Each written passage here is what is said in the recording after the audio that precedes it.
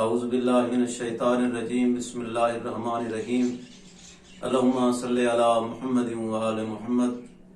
مومنین کرام، میں آج آپ کے سامنے بسم اللہ الرحمن الرحیم کی فضیلت کو بیان کرنا چاہتا ہوں۔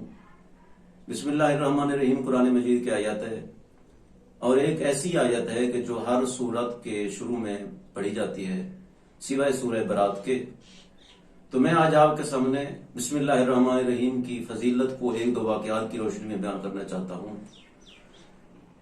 عبداللہ ابن یحییٰ ایک بندہ ہے کہ جو امام علی علیہ السلام کا چاہنے والا ہے۔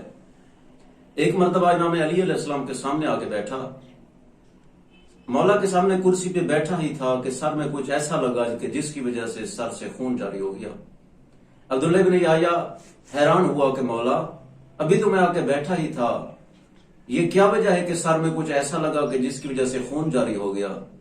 مولا نے فرمایا کہ رسول پاک کا فرمان ہے کہ انسان پہ جو مصیبت آتی ہے وہ انسان کے اپنے کردار کی وجہ سے ہوتی ہے اور اس کے اپنے اعمال کی وجہ سے ہوتی ہے۔ جب مولا نے یہ فرمایا تو عبداللہ ابن یحییٰ نے کہا کہ یا مولا، میں نے کون سا غلط ایسا کام کیا ہے کہ جس کی وجہ سے مجھ پہ ایسی مصیبت ایسی آفت آ پڑی؟ مولا نے فرمایا کہ جب تو بیٹھا تھا کیا تو نے بسم اللہ الرحمن الرحیم پڑھی تھی؟ کہا مولا نہیں پڑھی تھی۔ مولا نے فرمایا اسی وجہ سے تجھ پہ یہ مصیبت آئی ہے۔ مولا اس کے بارے میں مجھے پتہ نہیں تھا۔ مولا نے فرمایا کہ رسول پاک کا فرمان ہے جو کام بھی کرنا چاہو اس سے پہلے بسم اللہ الرحمن الرحیم کی تلاوت ضرور کیا کرو۔ بسم اللہ الرحمن الرحیم پڑھنے سے وہ کام پایہ تکمیل تک پہنچتا ہے اور جو انسان پہ مصیبت آتی ہے وہ اس کے اپنے اعمال کی وجہ سے ہوتی ہے۔ تو میں آپ کو بتانا چاہتا ہوں کہ بسم اللہ الرحمن الرحیم ایک ایسی آیت ہے، ہر بچے کو یاد ہے، لیکن اس کی وجہ سے انسان کی موت میں بھی تاخیر ہو سکتی ہے۔ اور وہ کیسے ہو سکتی ہے یہ بھی میں آپ کو ریفرنس کے ساتھ بتانا چاہوں گا۔ ابو مسلم ایک بندہ ہے، اس کی ایک نوکرانی تھی جو اپنے مالک سے بالکل ہی بیزار تھی۔ وہ چاہتی تھی کہ اس کا مالک کسی طریقے سے مر جائے۔ اس نے بہت کوششیں کی، آخر اس نے سوچا کہ میں اپنے مالک کو زہر دے کے مار دوں۔ اس نے کھانے میں زہر ملایا، مالک کو دیا، مالک کو کچھ نہیں ہوا۔ دوسری مرتبہ زہر دیا، مالک کو کچھ نہیں ہوا۔ ایسے ہی کئی مرتبہ اس نے زہر دیا اپنے مالک کو، لیکن مالک کو کچھ نہیں ہو رہا۔ اس کی نوکرانی خادمہ پریشان ہے، حیران ہے، کیا وجہ ہے کہ میرے مالک پہ زہر اثر ہی نہیں کر رہی۔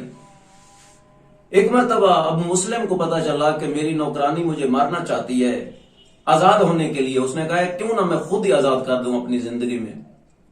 اس نے ایک مرتبہ اپنی نوکرانی کو بلایا کہ میں آپ کو آزاد کرنا چاہتا ہوں، لیکن ایک چیز بتا کے آزاد کرنا چاہتا ہوں کہ آپ نے مجھے کئی مرتبہ زہر دینے کی کوشش کی، اس کا مجھے علم ہے، اور میں آپ کو یہ بھی بتانا چاہتا ہوں کہ مجھے زہر دیا آپ نے لیکن مجھ پہ اثر نہیں ہوا، کیوں نہیں ہوا؟ خادمہ کہتی ہے کہ میں تو حیران تھی، پریشان تھی، سوچ رہی تھی کہ کیا وجہ ہو سکتی ہے، کیا اس کا ایسا عمل ہے کہ جس کی وجہ سے اس پہ زہر اثر ہی نہیں کر رہا۔ تو اس نے کہا کہ میں جب بھی کھانا کھاتا تھا، کھانا کھانے کی ابتدا میں بسم اللہ الرحمن الرحیم سے کرتا تھا، اور اس بسم اللہ الرحمن الرحیم کی ابتدا کی وجہ سے مجھ پہ زہر نے اثر بھی نہیں کیا۔ دیکھا آپ نے مومنین کہ بسم اللہ الرحمن الرحیم کی فضیلت یہ ہے کہ انسان پہ زہر بھی اثر نہیں کرتا۔ اور تیسرا واقعہ میں پیش کرنا چاہتا ہوں کہ بسم اللہ الرحمن الرحیم کی کیا فضیلت ہے، کیا شان ہے، کیا مرتبہ ہے۔ جناب موسیٰ علیہ السلام نے دعا کی، یا میرے مالک فرعون پہ عذاب بھیج۔ خالق نے عذاب نہیں بھیجا، حالانکہ یہ تو ہو بھی نہیں سکتا کہ خالق حکم ٹالے، جناب موسیٰ علیہ السلام کا اپنے وقت کی حجت کا حکم ٹالے، لیکن نہیں بھیجا عذاب۔ جناب موسیٰ علیہ السلام نے پھر فرمایا یا میرے مالک فرعون پہ عذاب بھیج۔ خالق نے عذاب نہیں بھیجا۔ پھر فرمایا عذاب بھیج، نہیں بھیجا۔ ایک مرتبہ جناب موسیٰ علیہ السلام نے فرمایا یا میرے مالک فرعون پہ تو عذاب کیوں نہیں بھیج رہا؟ آواز قدرت ہے، میں کیسے عذاب بھیجوں؟ اس کا ایک کام ایسا ہے کہ جو مجھے عذاب نہیں بھیجنے دے رہا۔ یا میرے مالک کون سا کام ہے؟ فرمایا اس کے محل کے دروازے پہ بسم اللہ الرحمن الرحیم لکھا ہوا ہے، اور اس بسم اللہ الرحمن الرحیم کی وجہ سے میں اس پہ عذاب نہیں بھیج سکتا۔ یا میرے مالک کیا ہوگا؟ فرمایا کہ جب میں عذاب بھیجنا چاہوں گا اس کے دروازے سے بسم اللہ الرحمن الرحیم کو مٹا دوں گا اور اس پہ عذاب بھیج دوں گا۔ اور ایسے ہی ہوا۔ کہ بسم اللہ الرحمن الرحیم کو جب مٹایا گیا اس وقت ہی فرعون پہ عذاب نازل ہوا اور پھر نار ہوا۔ اور مومنین، انہی الفاظ کے ساتھ میں اختتام کرنا چاہتا ہوں، اور میں دعا گو ہوں سب سے کہ میرے لیے، میرے خاندان کے لیے تمام لوگ اپنے دعاؤں میں ہمیں یاد رکھیں۔